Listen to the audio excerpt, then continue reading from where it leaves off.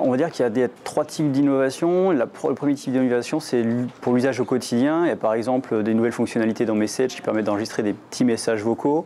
Il y a aussi des fonctionnalités dans Mail qui permettent de les trier plus facilement. Donc il y a, on va dire, des petites touches, des améliorations au fur et à mesure. Après, il y a deux grandes tendances stratégiques. C'est le rapprochement avec l'univers des ordinateurs Apple et l'iPad, donc ce qu'ils appellent la continuité. Donc on trouve des technos comme hand-off, c'est-à-dire qu'on commence par exemple à taper un mail sur son iPhone en rentrant chez soi, on arrive à la maison, on le pose à côté de son ordinateur ou de son iPad et on peut prendre la main, continuer son mail sans rien toucher directement sur son iPad ou sur son ordinateur. Donc ça, c'est des tendances stratégiques, des innovations stratégiques. Et puis après, il y a aussi deux grosses tendances de marché. C'est la tendance de la santé et la tendance de la domotique 2.0.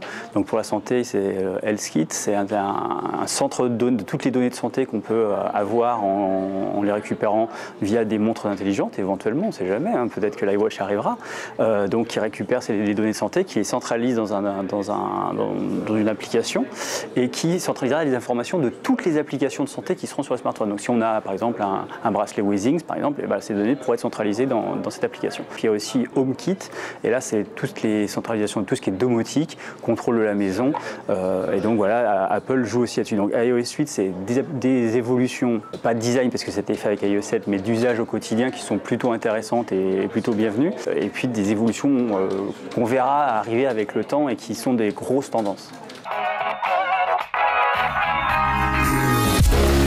Depuis la WWDC de juin dernier, j'utilise des bêtas.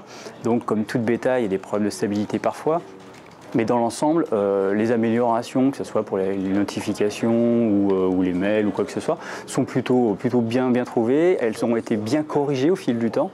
Donc on peut espérer que la version qui devrait sortir en même temps que les iPhone 6 qui seront annoncés très prochainement, on peut imaginer que cette version sera plutôt une bonne version d'iOS.